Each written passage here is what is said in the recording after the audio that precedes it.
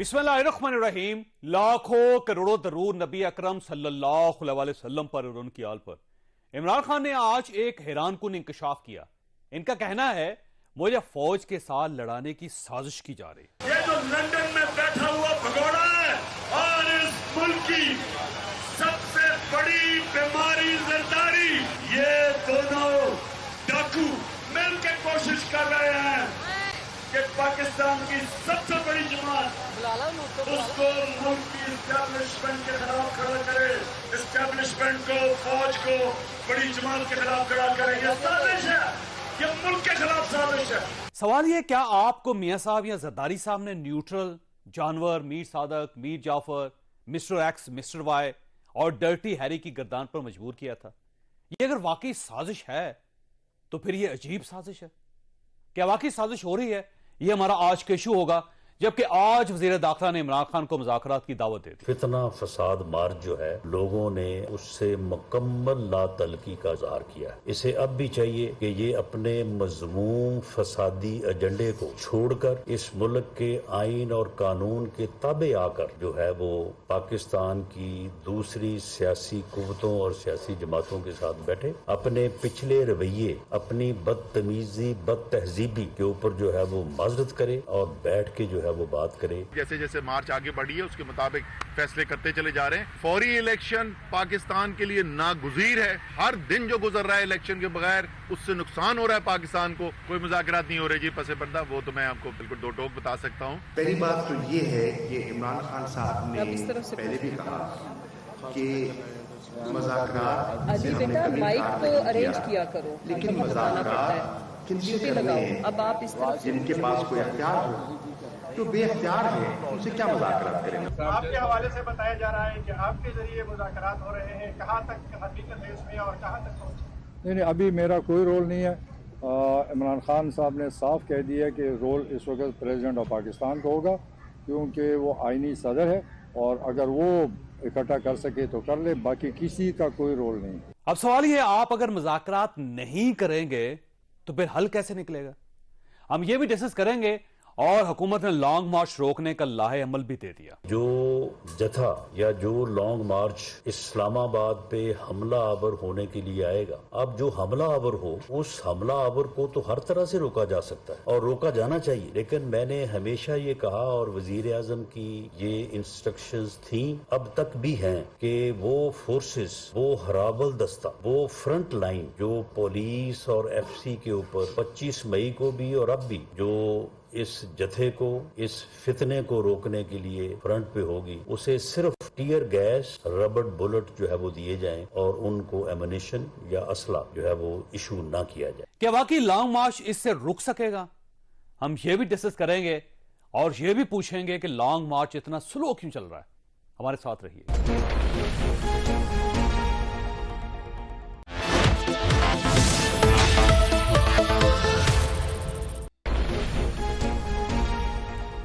Programme में दोबारा खुशामदीद। हमारे साथ चाइना से इस वक्त एहसन इकबाल साहब हैं, मनसूबाबंदी के वफाकी वजीर हैं, पाकिस्तान मुस्लिम लीग नून के साथ इनका ताल्लुक है। एहसन साहब, आपका बहुत बहुत शुक्रिया। ये फरमाएंगे सर, चाइना से तवक्कुआत क्या है? और जाहिर है बड़े क्रूशल टाइम पे आप चाइना गए, यहाँ पे पाकिस्तान में धरना हो रहा है, लॉन्ग मार्च हो रहा है, और इस सारी सूरत हाल को छोड़ के अगर आप वहां चाइना गए तो डेफिनेटली इसका मतलब यह है कि पाकिस्तान के लिए कोई बड़ी खुशखबरी होगी वहां से। शुक्रिया जावेद चौधरी साहब। आपको मालूम है कि जब भी चीन के साथ पाकिस्तान के ताल्लुकात एक नई बुलंदी की तरफ जाने के लिए रवां दवा होते हैं तो इमरान खान साहब अपना लॉन्ग मार्च और धरना शुरू कर देते हैं। इससे पहले 27 अक्टूबर को 11वीं JCC का CPEC का इजलास हुआ, जिसमें हमने CPEC को दोबारा तेज रफ्तारी के साथ आगे बढ़ाने पर इत्तेफाक किया और इत्तेफाक से उसके 5 रोज बाद ही वजीर आजम का चीन का दौरा था। और ये इसकी एक खसूसी बात यह है कि जैसे आपको मालूम है कि चीन के सदर को गैर रवायती तौर पे तीसरी दफा सदर मुंतखब किया गया है, कि उनके लिए जाती बहुत एजाज है।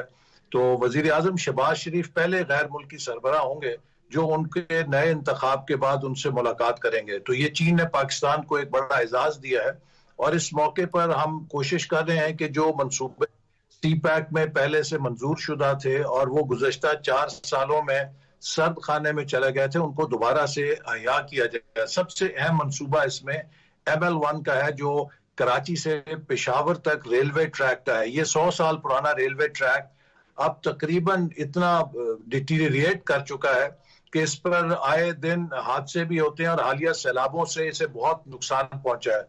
तो हमारी सबसे अव्वलीन तरजीह यह है कि इस पर चीन के इश्तराक से जल्द से जल्द काम शुरू किया जाए। इसी तरह KCR का मंसूबा जो कराची सर्कुलर रेलवे है, कराची पाकिस्तान का सबसे बड़ा शहर है और वहाँ की आबादी मैस ट्रांजिट प्रोजेक्ट ना होने की वजह से बहुत सफर करती है। इससे पहले जब हमारी हुकूमत थी, हमने ग्रीन लाइन का मंसूबा मुस्लिम लीग नून की उस हुकूमत ने शुरू किया।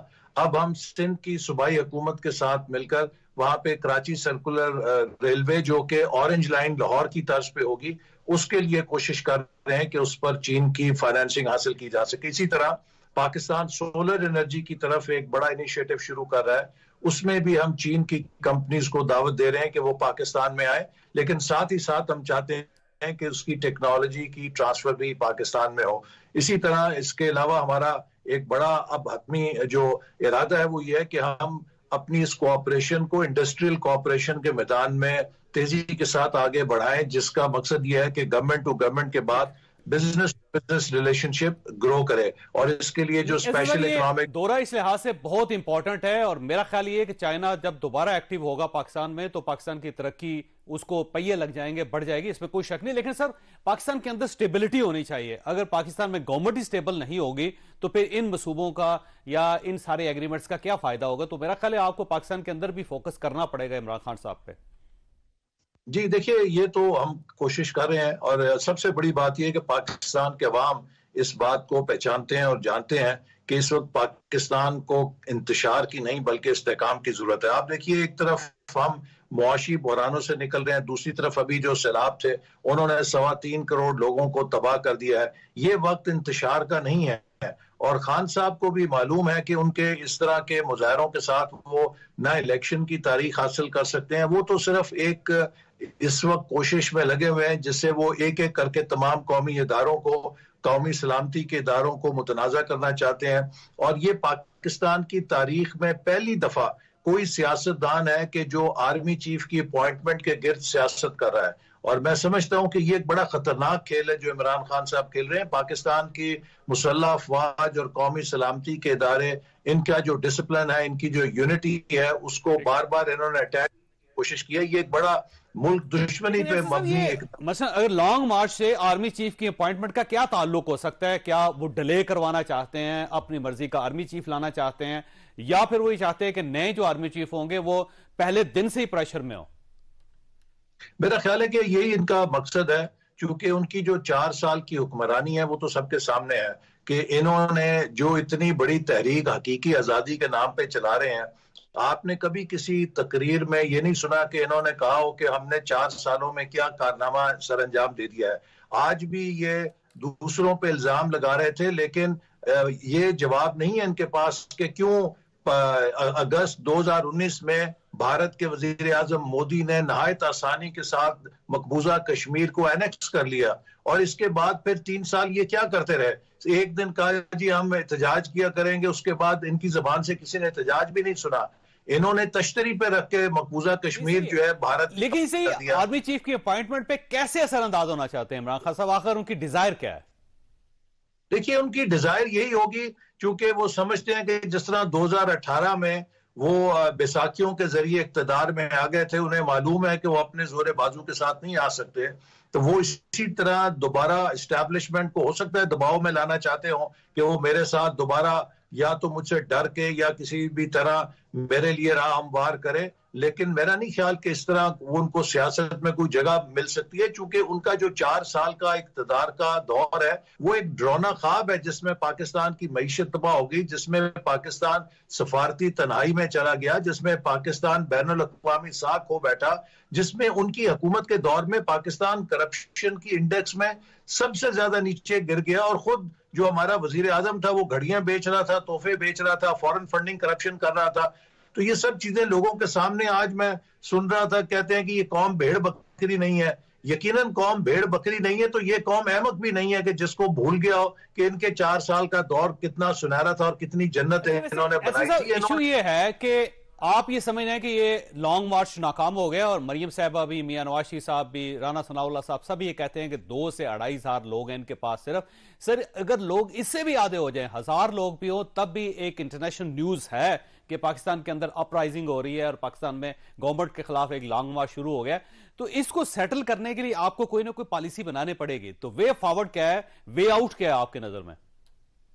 देखिए, इसके लिए वे फॉरवर्ड यही है कि खान साहब का फर्ज है कि वो, उनको सुप्रीम कोर्ट कह चुकी है, उन्हें हाई कोर्ट कह चुकी है कि अगर आप डेमोक्रेट हैं तो आप बजाय सड़कों पे लेफ्ट राइट परेड करने के आप कौमी असेंबली के अंदर आए। और अगर आप वाकई इंतखाबात में संजीदा हैं और आप चाहते हैं कि इंतखाबात हो, तो उसका तो एक ही रास्ता है कि असेंबलियों को डिसॉल्व किया जाए, और वो डिसॉल्व करना है वज़ीर आला ने और वजीर आजम ने।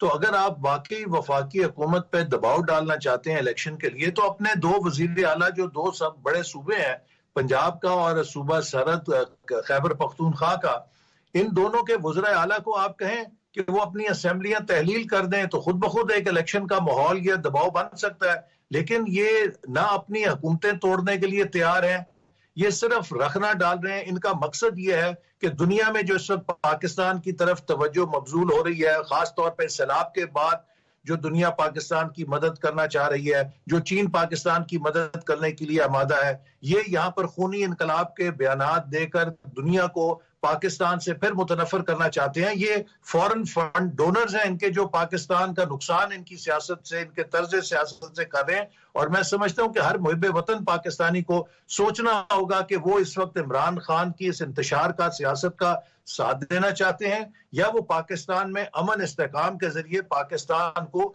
मुआशी बहाली के रास्ते पर आगे बढ़ता हुआ देखना चाहते हैं।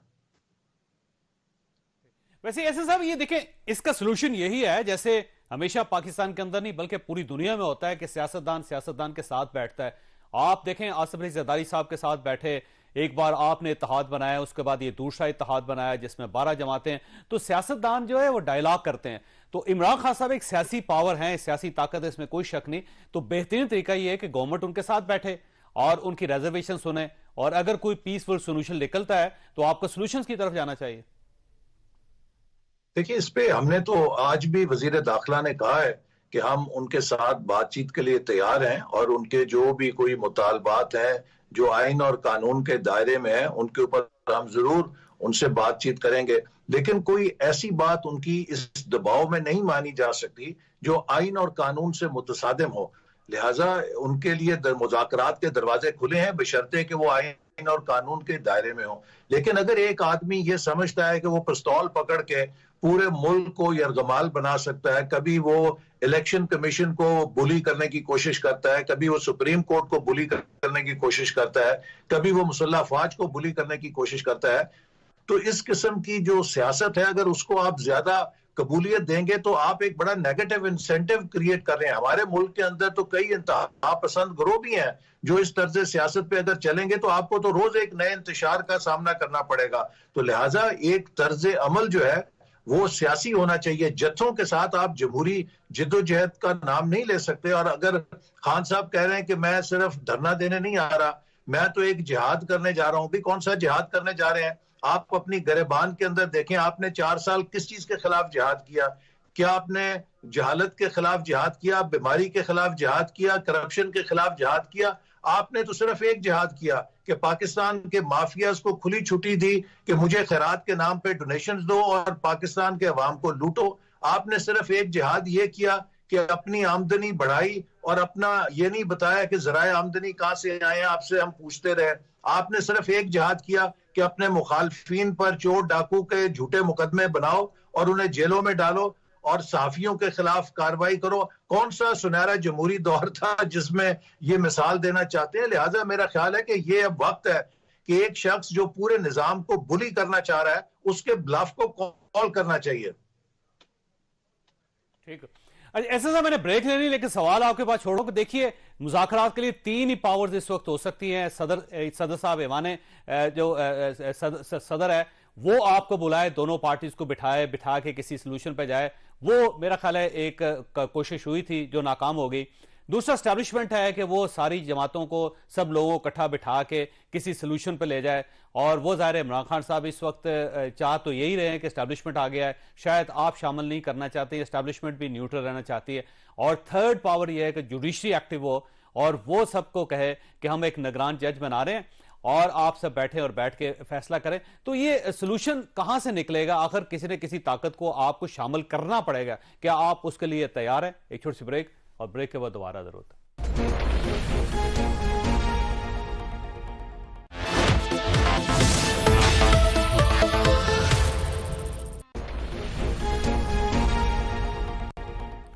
प्रोग्राम में दोबारा खुशामदीद। ऐसे साहब, मुज़ाकरात आप भी करना चाहते हैं, मुज़ाकरात पीटीआई भी करना चाहती है, ये बात अब ऑब्वियस है, पूरी दुनिया को पता है। लेकिन सवाल फिर वही है कि ये मुज़ाकरात करवाएगा कौन? क्या एस्टैब्लिशमेंट करवाएगी, क्या जुडिशरी करवाएगी, क्या या फिर सदर साहब दोबारा एक्टिव होंगे? देखिए, इसमें सदर साहब अगर दोबारा एक्टिव हों, वो एक आईनी होता है, उस पर कोई मुज़ाकरा नहीं। लेकिन आपने देखा है कि माजी का जो तजुर्बा रहा है, खान साहब ने इससे पहले एस्टैब्लिशमेंट को सियासत में मुलव्वस किया और उस तजुर्बे की रोशनी में एस्टैब्लिशमेंट ने यह फैसला किया कि हम सियासत का मलबा अपने ऊपर ना उठाएं तो बेहतर है और हमें न्यूट्रल रहना चाहिए। और उनकी क़यादत ने बरमला इस बात का इज़हार किया कि अगर हमसे माजी में कोई गलती हुई है तो अब हम उसका यादा नहीं करना चाहते और हम खुद को सियासत से बालातर रखना चाहते हैं। इसी तरह माजी में जब सियासी तनाज़े अदालतों के सामने गए और अदालतें भी सियासी तनाज़ात में मुलव्वस हुई, जिसको खान साहब ने खूब इस्तेमाल किया, तो उससे खुद अदलिया की पोजीशन भी मुजरू हुई है। तो मैं नहीं समझता कि सियासत के अंदर दीगर जो गैर सियासी इदारे हैं उन्हें मुलव्वस करना कोई अच्छी रवायत है। इसमें खान साहब जो हैं, अगर किसी किस्म की सियासी बातचीत करना चाहते हैं, जमहूरी दायरे के अंदर बातचीत करना चाहते हैं, हमारे दरवाजे खुले हैं। लेकिन अगर वो ये चाहते हैं कि वो ब्लैकमेल करें, वो बुली करें, वो गाली गलोच करके जत्थों के जरिए निजाम को यरगमाल बनाए, तो मैं समझता हूं कि इस सियासत के तर्ज की फिर हौसला शिकनी होनी चाहिए, इसकी हौसला अफजाई नहीं होनी चाहिए। और खान साहब को भी अगर वो दावा करते हैं, आप ये चाहते हैं कि ईवान सदर के अंदर ये मुज़ाकरात और सदर साहब अगर दरमियान में हो तो आपके लिए काबिल कबूल है, लेकिन उससे पहले इमरान खान साहब ये जो लॉन्ग मार्च है उसको कॉल ऑफ कर दें या क्या करें, या फिर आप उनके पास जाएंगे या वो आपके पास जाएंगे? मोडालिटीज क्या होंगी इसकी? देखिए, इमरान खान साहब आइन और कानून के तहत अगर एहतजाज करें, जमहूरी मुजाहरा करें, उनका हक है, इससे कोई उन्हें नहीं रोक सकता। लेकिन अगर वो ये कहें कि मैं मुसल्लह जत्थे लेकर इस्लामाबाद में आऊंगा और मैं कोई यहाँ पर जिहाद करूंगा, मैं कोई ओवरथ्रो कर दूंगा रजीम को या हुकूमत को, मैं इस्लामाबाद पे कब्जा कर लूंगा, तो इस लाकानूनियत की तो कोई आइन या कानून इजाजत नहीं देता। तो उन्हें अपने पैरामीटर्स डिफाइन करने चाहिए कि वो क्या चाहते हैं। अभी तक तो हमें ये नहीं मालूम कि उनकी हकीकी क्या मुतालबात हैं। उनको भी पता है कि इस वक्त इलेक्शन नहीं हो सकते, क्योंकि सिंध और बलूचिस्तान दो सूबों में जितनी तबाही हुई है, अगले 6 से 8 महीने तो वहां उन गरीबों ने अपने मकान बनाने हैं, अपनी रोजगार को बहाल करना है, अपने लाइवलीहुड्स को बहाल करना है। तो वहां पर तो आप इलेक्शन नहीं कर सकते। ये खाली मियाँ वाली जिले की कोई बल्दियाती इदारे नहीं है एक जिले के जिसमें आपने इलेक्शन कराना है। हम जनरल इलेक्शन की बात कर रहे हैं।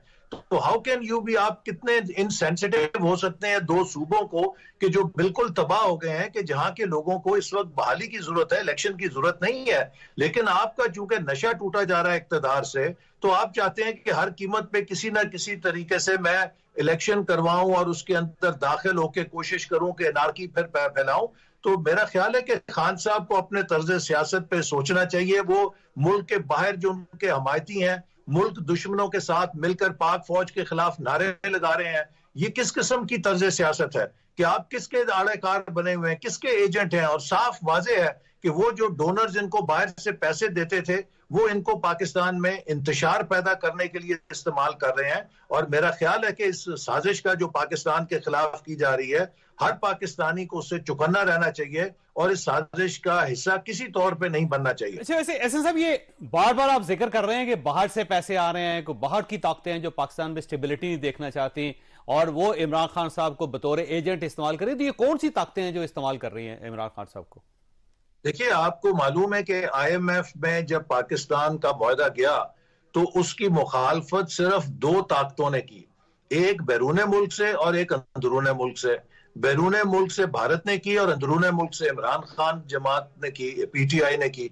इसी तरह आपने देखा कि अब जब इमरान खान साहब ने आईएसआई और फौज के खिलाफ महाज खोला तो भारत में किस तरह जश्न मनाया जा रहा है, किस तरीके से भारत और इमरान खान एक पेज के ऊपर है आईएसआई के खिलाफ, पाकिस्तान के कौमी सलामती के इदारों के खिलाफ।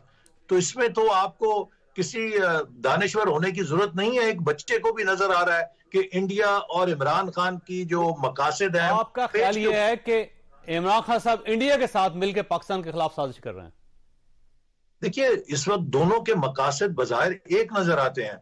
आपने देखा नहीं है कि इमरान खान साहब किस तरह इंडिया के मीडिया के रातों रात आंखों का तारा बन चुके हैं, किस तरीके से जश्न मनाया जा रहा है, किस तरीके से भारत के लोग उनकी बैरून मुल्क रैलीज के अंदर शरीक हो रहे हैं। सोशल मीडिया के ऊपर आप देख रहे हैं कि वो डोनेशंस का ऐलान कर रहे हैं पीटीआई के लिए।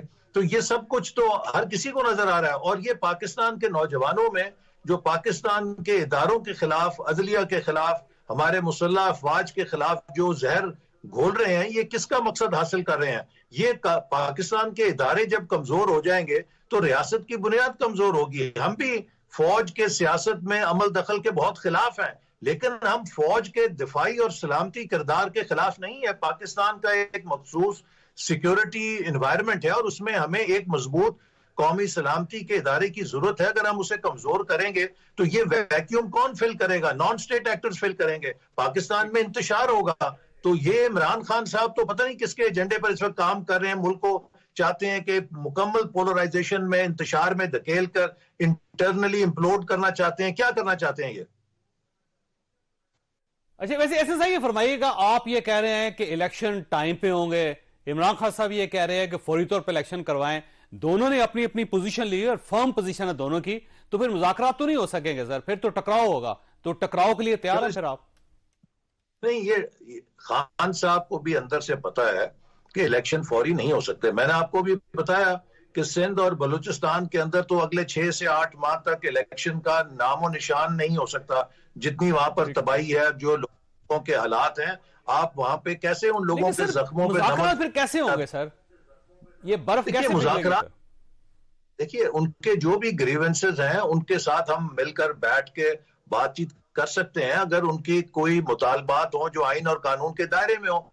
लेकिन अगर एक शख्स ये कहे कि मैं जो है पूरे सिस्टम को यरगमाल बनाना चाहता हूं और मैं नहीं तो कुछ भी नहीं, अगर मैं मुल्क का वजीर आजम नहीं तो ये मुल्क का निजाम नहीं चल सकता। देखिए, इस तर्ज के साथ तो आप किससे बातचीत करेंगे? अगर कोई शख्स जो है वो एक हेलुसिनेशन के अंदर हो और उसकी पीटीआई के कुछ लोग गवर्नमेंट से राब्ते में हैं ताकि कोई दरमियान का रास्ता निकाला जा सके। देखिए, पीटीआई के कुछ लोगों ने राब्ता किया था और उनसे बातचीत भी हुई है, लेकिन कोई ऐसी ठोस तजवीज वो नहीं लेकर आए कि जिसके ऊपर हम आगे बातचीत अभी कर सके। उनका भी यही एक जनरल गपशप की हद तक वो करते हैं। जब उनसे हम पूछते हैं कि आपकी एग्जैक्ट क्या मुतालबा है, आप बताइए कि इलेक्शन कैसे हो सकते हैं, सिंध और बलूचिस्तान के ये हालात हैं, तो उनके पास भी इसका जवाब नहीं है, सिवाय इसके कि जी खान साहब की जिद है और खान साहब जो है इस पे बड़े मुसर है। और पीटीआई के अक्सर लोग जब बैठते हैं हमारे साथ तो वो अपनी मजबूरी का इजहार करते हैं कि खान साहब किसी की सुनते नहीं है, पता नहीं उन्हें कौन बातें सिखाता है। हम खुद परेशान है कि जो उनकी बातें हैं और जो उनकी लाइन है इस वक्त वो हमारे लिए भी बड़ी अनडिफेंडेबल है। अच्छा, ये कौन लोग थे पीटीआई के जो आपके साथ राब्ते में थे? ये आपको मालूम ही है, मैं किसी का नाम नहीं लेना चाहता क्योंकि अगर उन्होंने पब्लिक नहीं किया तो मेरे लिए भी मुनासिब नहीं। शामिल है उसमें, शाह महमूद कुरैशी साहब हैं, असद उमर साहब हैं, फवाद चौधरी साहब हैं, कौन है सर? जी, उनकी सारी जो सेकंड लाइन लीडरशिप के मेन लोग हैं वो सभी राब्ते में हैं और सभी अपने अपने गिले शिकवों का भी इजहार करते रहते हैं और वो भी बताते हैं कि कितने वो मजबूर हैं कि एक हद से ज्यादा वो आगे नहीं कन्विंस कर सकते खान साहब को। क्योंकि देखिए, कोई भी जो अक्लमंद इंसान है उसको मुल्क के मारूजी हालात का पता है कि इस वक्त सैलाब की बात तबाहकारी है, इलेक्शन फौरन नहीं हो सकते।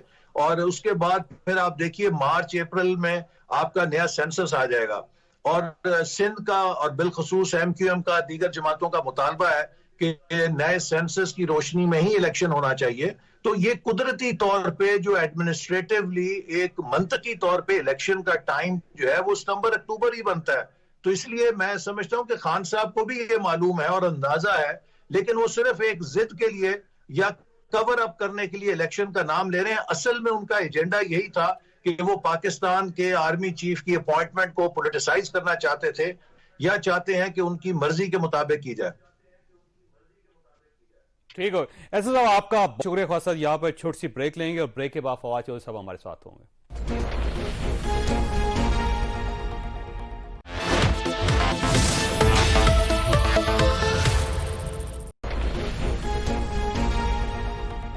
प्रोग्राम में दोबारा खुशामदीद। फवाद चौधरी साहब हमारे साथ इसमें मौजूद है, धरने में बल्कि लॉन्ग मार्च का हिस्सा है इस वक्त। फवाद साहब आपका बहुत बहुत शुक्रिया।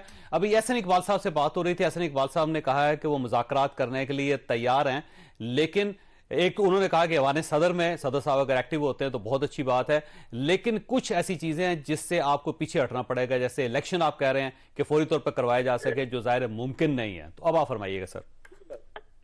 नहीं, देखिए, इलेक्शन हुई के ऊपर तो बातचीत तो नहीं है, उसके बगैर किस पे बातचीत होती। बाकी बात क्या करने वाले, बाकी तो हर चीज का है इलेक्शन। अगर और दूसरा राना सनाउल्लाह फ्रैंकली इतना सीरियस फोरम नहीं है जिन पे जो इस तरह की बात कर सके। जब शहबाज शरीफ साहब की तरफ से कोई सीरियस बात आएगी और आरिफ अलवी साहब से वो बात करेंगे तो फिर पता चल जाएगा। ये तो ऐसे ही उन्होंने सुतली छोड़ी है तो इसमें। तो अगर वज़ीर आज़म साहब आरिफ अलवी साहब से बात करते हैं और उसके बाद आरिफ अलवी साहब आपको बुलवाते हैं, तो फिर आप गवर्नमेंट से मुज़ाकरात करने के लिए तैयार होंगे? बिल्कुल, आरिफ अलवी साहब के पास पूरा मैंडेट है। उन्होंने इससे पहले जो पार्लियामान के ज्वाइंट सेशन में ये बात ओपनली भी ये बात कही थी। उन्होंने कहा था कि इसके ऊपर जो है वो बातचीत करने को के ऊपर क्या एजेंडा हो सकता है, क्या बातें हो सकती है। तो जिस तरह से प्रेसिडेंट साहब को हमारा पार्टी ने पूरा मैंडेट जो है वो दिया हुआ है, तो जो भी बात होनी होगी वो उनके लेवल पे। अच्छा, ये फरमाइएगा कि बात जो आप समझते हैं सिर्फ इलेक्शंस पे होनी चाहिए, इसके अलावा किसी और चीज पे नहीं?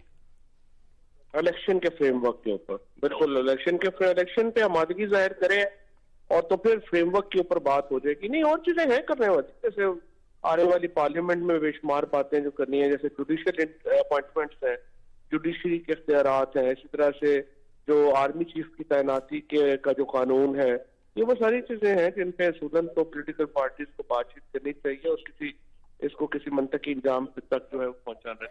अच्छा, सदर साहब को आपने फुल मैंडेट दे रखा है कि वो किसी वक्त भी मुज़ाकरात को इनिशिएट कर सकते हैं और आपने बाकायदा उनको एजेंडा दिया है कि ये एजेंडा है, इस पे बात हो सकती है। सदर साहब के को हमारा मैंडेट है, क्योंकि सदर साहब ने जो पार्लियामान के मुश्तरका इजलास था उसमें उन्होंने ये एजेंडा जो है वो सामने रखा था और हम उससे मुत्तफिक हैं। और सदर साहब की जो तजवीज़ है उनमें बड़ा वजन है और हम समझते हैं कि उस तजवीज़ के ऊपर चल के पाकिस्तान को सियासी इस्तेहकाम किया जा सकता। अच्छा, ये फरमाइए सर कि अगर सदर साहब नाकाम हो जाते हैं तो फिर क्या ऑप्शन होगा आपके पास? नहीं, हम तो कर ही रहे हैं, हमें तो प्रॉब्लम नहीं है। हम तो जो लॉन्ग मार्च अब शुरू हो गया है और एक तारीखी लॉन्ग मार्च हो रहा है, जिस तरह आपने देखा ही है कि गुजरांवाला ने आज जिस तरह से वालेहाना इस्तकबाल किया, उससे पहले लाहौर ने, और जो सारे रास्तों में जो एक इनकलाब शुरू हो चुका है, वो तो हम तो इंशाल्लाह पाकिस्तान के लाखों लोग जो हैं वो इस्लामाबाद आ रहे हैं और ये मैक्सिमम अगले 7-8 दिन में ये इस्लामाबाद में पहुंच जाएंगे और फिर तमस्त। वैसे जो सर ये फरमाइएगा, इससे पहले भी मुज़ाकरात का एक दौर हो चुका है जिसमें गवर्नमेंट के लोग भी थे, आपके लोग भी शामिल थे और सदर साहब ने ही करवाया था और एस्टैब्लिशमेंट की तरफ से ये एक सहूलत पैदा की गई थी कि दोनों बैठें और बैठकर फैसला करें, लेकिन वो दौर आपका कामयाब नहीं हो सका। तो ये जो नया सिलसिला होगा ये कहां से स्टार्ट होगा? क्या वहीं से स्टार्ट होगा जहां से आप लोग उठे थे? तो ये दौर फॉर्मल दौर नहीं हुआ। असद कैसर साहब के पास आए थे ये साद रफीक साहब या सादिक साहब, और उन्होंने कोई इनफॉर्मल गुफ्तगू की थी, लेकिन नवाज शरीफ साहब ने बाद में जो पैगाम दिया, उन्होंने कहा कि वो इलेक्शन कराने के लिए कतई तौर पे तैयार नहीं। तो जब वो नवाज शरीफ इलेक्शन कराने पे कतई तौर पे तैयार नहीं है तो फिर बाकी बात क्या कर सकते? ठीक हो, तो अब आपका एक ही एजेंडा है कि गवर्नमेंट इलेक्शन करवाने के लिए तैयार हो तो आप फिर डेट फिक्सिंग के लिए बाकी मामलात पे बैठकर फैसला करने के लिए तैयार है? बिल्कुल आपकी बात। और अगर तारीख नहीं देती या गवर्नमेंट की तरफ से ये कॉन्सेंट नहीं आती कि आइए हम इलेक्शन पे बैठकर बात करते हैं, तो आपकी तरफ से मुज़ाकरात इनिशिएट नहीं होंगे? देखिए फिर उसमें कोई मुज़ाकरात के लिए बात रह नहीं ना जाती। हमारा इस वक्त मसला ये है, अगर आप जाती तौर पे कहें ना, हमें इलेक्शन डेट से अगर 2-4 महीने आगे भी हो जाए प्रॉब्लम नहीं है। पीटीआई की जो इस वक्त सिचुएशन है वो तो पीटीआई तो दिन ब दिन गेन कर रही है, और नून लीग जो है, जो इकोनॉमी की सिचुएशन है उसमें और दिन ब दिन नीचे जा रही है। लेकिन मसला ये है कि अगर ये पॉलिटिकल इंस्टेबिलिटी इसी तरह रहती है तो आज से 4-6 महीने बाद पाकिस्तान को अगर बैंकरप्ट हो गया तो फिर क्या हम करेंगे, और हम कौन सी हुकूमत जो है वो इस सिचुएशन से वापस ला पाएगी। लिहाजा हमारा इसके अलावा कि फौरी इंतखाबात हो, हम नहीं समझते कि कोई और हल। अच्छा, वैसे एहसन इकबाल साहब ने अभी कहा है और गवर्नमेंट बार बार ये कह रही है कि अगर आप इलेक्शन में वाकई सीरियस हैं तो आप पंजाब की और खैबर पख्तूनख्वा की हुकूमत तोड़ दें तो इलेक्शन फौरी तौर पे हो जाएंगे। ये देखिए, मैं आपके प्रोग्राम में बड़ी देर पहले भी मैंने ये बात कही थी। ये तजवीज़ जो है, ये बात जो है, ये बिल्कुल हो सकती है, इसमें कोई प्रॉब्लम नहीं है। लेकिन ये इलेक्टोरल फ्रेमवर्क का हिस्सा होगा ना, हम यकतरफा तौर पे क्यों तोड़ दें? अगर यकतरफा तौर पे तोड़ना है तो फिर हम सिर्फ फेडरल में क्यों ना इलेक्शन करवाएं? अगर आपने इलेक्शन कमीशन को रिफॉर्म नहीं करना, अगर आप नहीं तैयार उसके ऊपर करने को, तो फिर पंजाब और केपी में हुकूमतें बरकरार रहेंगी और हम सिर्फ नेशनल असेंबली में इलेक्शन करवाएंगे। ये तो एक फ्रेमवर्क की बात होगी। अगर आप हमसे बैठ के बात करेंगे तो उससे में फिर हम जो है वो पंजाब और केपी की गवर्नमेंट हम तोड़ेंगे। सिंध असेंबली जो है पीपल्स पार्टी ने जो है वो तोड़नी, और पूरे मुल्क में एक वक्त में इंतखाब हो। लेकिन नहीं सर, वो ये कह रहे हैं ना कि अगर आप सीरियस हैं तो आपके पास एक ऑप्शन है, आप दोनों असम्बलियां तोड़ दें, एक ऐसा आईनी क्राइसिस पैदा हो जाएगा कि अल्टीमेटली पूरे पाकिस्तान को इलेक्शन की तरफ ही जाना पड़ेगा। तो क्योंकि आप सीरियस नहीं हैं, आप सिर्फ प्रेशर पुट कर रहे हैं, और उस प्रेशर के दो मकसद हैं कि आर्मी चीफ साहब की जो नई तैनाती है उसको कंट्रोवर्शियल बनाया जाए और इस गवर्नमेंट को मजीद कमजोर किया जाए ताकि पाकिस्तान गवर्नेबल ना रहे। देखिए, ये दोनों बातें इसलिए गलत हैं कि आर्मी चीफ के ऊपर तो हमारा मौका बड़ा क्लियर है। हम समझते हैं कि जो एक लेजिटिमेट गवर्नमेंट है वो अपॉइंटमेंट करे। ये हुकूमत तो ऑक्शन में ली हुई हुकूमत है, ये अपॉइंटमेंट करेगी तो कंट्रोवर्सी तो वैसे ही हो जाएगी। दूसरा जो इशू है वो ये है कि जो ये कह रहे हैं कि हम सीरियस हो तो तोड़ दे, हम सीरियस हैं और मैं कह रहा हूँ हम तोड़ने के लिए तैयार हैं। लेकिन उसके लिए आप फेडरल गवर्नमेंट बैठे और हमसे तय करे कि किस फ्रेमवर्क में इलेक्शन हो। अच्छा, वैसे ये भी हो सकता है कि आपका लॉन्ग मार्च जब इस्लामाबाद पहुंचे तो आप ये देखें कि सर्टन लेवल पे जाके कि गवर्नमेंट नहीं मान रही तो आप दोनों असम्बलियां तोड़ के क्राइसिस पैदा कर दें, कायनी बहरान पैदा कर दें पाकिस्तान में। इस्लामाबाद पहुंच के क्या होगा, ये तो इस्लामाबाद पहुंच के ही आप। अच्छा, ये फरमाइए, ये जो आपका लॉन्ग मार्च स्लो हो रहा है मुसलसल, अब तो संडे को सिर्फ मेरा ख्याल है शायद जेलम तक पहुंचेंगे आप लोग, तो ये इतना स्लो क्यों चल रहे हैं? कहीं ऐसा तो नहीं आपके समझ रहे हैं कि किसी तरह से गैबी मदद आएगी, या फिर आप ये समझ रहे हैं कि कोई मुज़ाकरात का सिलसिला शुरू हो जाएगा, और थर्डली आप ये समझ रहे हैं कि उस वक्त नए आर्मी चीफ की तैनाती हो जाए तो उनको ये विरसे में मिले एक लॉन्ग मार्च? इसका जवाब आपको जो एक्सप्रेस की टीम जो लॉन्ग मार्च कवर कर रही है वो सबसे अच्छा देगी, और वो आपको बताएंगे कि किस तरह से हजारों लोग कंटेनर के साथ सफर कर रहे हैं। और ये मुमकिन ही नहीं है कि हम कंटेनर की रफ्तार को तेज करें, क्योंकि उसमें कोई ना कोई हादसे जो है वो फिर होने का इम्कान हो जाता है। तो हम 10-12 किलोमीटर से ज्यादा एक दिन सफर ही नहीं कर सकते, और क्योंकि लोग हजारों की तादाद में वॉक कर रहे होते हैं कंटेनर के साथ, तो इसलिए ये सफर जो है वो लंबा हो रहा है। लेकिन कोई इंशाल्लाह ज्यादा लंबा नहीं है। हम इसी हफ्ते अब पहले हमने पहुंचना था जुमे को, अब 2-4 दिन बाद पहुंच जाएंगे, तो इतनी बड़ी बात। अच्छा, राणा सनाउल्लाह साहब का ये कहना है कि आप बंदे और बंदूकें पूरी कर रहे हैं और ना आपको बंदे मिल रहे हैं ना आपको बंदूकें मिल रहे हैं, इसलिए डिले हो रहे हैं। और मरियम साहबा का ये कहना है कि ये एक पार्ट टाइम धरना है, बाई पार्ट हो रहा है कि आप 2-4 घंटे के लिए आते हैं, उसके बाद चले जाते हैं वापस, फिर घर में खाना खाते हैं, सोते हैं, सुबह आते हैं, फिर नए सिरे से स्टार्ट कर देते हैं। ये बात उनकी ठीक है। ये जो धरना है ये बिल्कुल हमारी स्ट्रेटजी ही यही है। इसी पे इनको तकलीफ भी ज्यादा है कि लंबा क्यों हो रहा है, क्योंकि खर्चा हो रहा है ना। 30,000 बंदा रखा हुआ, उनको रोज जो है वो इन्होंने सरकार के पैसों से खिला रहे हैं। अफसोस तो ये है कि अपने इनके बाप के पैसे तो है नहीं। 41 करोड़ रुपया इन्होंने परसों जो है वो इसको जारी किया, और इन्होंने फैसल मस्जिद के अंदर जो है इसको किला बना दिया है, वहां पे लोग रखे हुए हैं। हर जगह इस्लामाबाद को में कंटेनर लगे हुए हैं, मुल्क अमली तौर के ऊपर इन्होंने बंद किया हुआ है।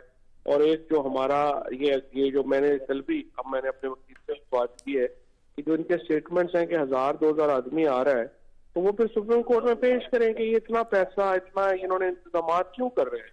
2000 को आने दें और आराम से वो अपना इस्तेमाल करेगा, चला जाएगा, तो घबराए क्यों है, काम पे क्यों टांग रही। अच्छा चौधरी साहब फरमाइए कि अगर गवर्नमेंट नहीं मानती, वो मुज़ाकरात नहीं करती, एस्टेब्लिशमेंट एक्टिव नहीं होती, वो आपको इकट्ठा नहीं बिठाती, वो गारंटी नहीं करती अगले इलेक्शंस के लिए, तो फिर आपके पास प्लान बी क्या है? क्या आप इस्लामाबाद में उस वक्त तक बैठे रहेंगे जब तक इलेक्शन नहीं होते? प्लान बी इंशाल्लाह आपको बताएंगे इस्लामाबाद पहुंचने के 48 घंटों के बाद। और जो हमारा इस वक्त का प्लान है बिल्कुल सही जा रहा है। मरियम नवाज घबराई हुई हैं, वो मुल्क छोड़ के भाग गई हैं, वापस नहीं आ रही। नवाज शरीफ ने, शहबाज शरीफ के बच्चों ने, उनको अपनी हुकूमत पे इतना कॉन्फिडेंस है कि वो वापस नहीं आ रहे। तो सिर्फ शहबाज शरीफ की सामान पैक होना बाकी है, बाकी सारे तो वैसे ही जो है वो बाहर चले गए हैं। और इंशाल्लाह उम्मीद यही है कि हम 15 नवंबर तक से पहले इस हुकूमत को मुकम्मल पाए।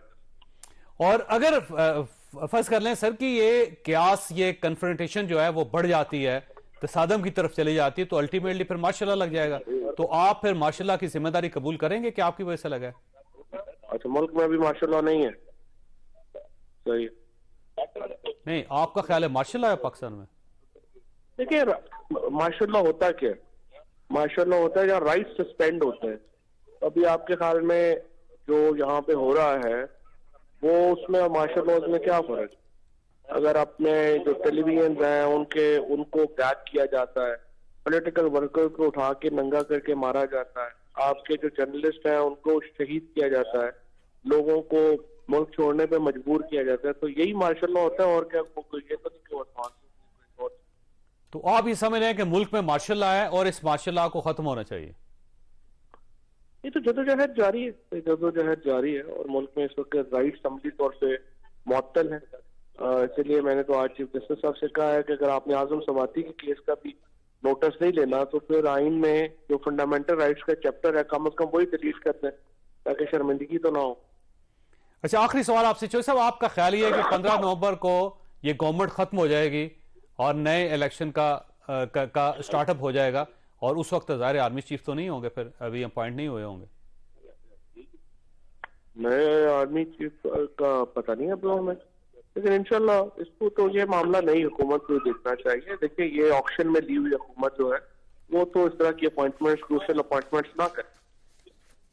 ठीक हो चौधरी साहब, आपका बहुत बहुत शुक्रिया। अल्लाह ताला आप और आपके अहले खाना को हर किसी मुसीबत से महफूज रखे। अल्लाह हाफिज।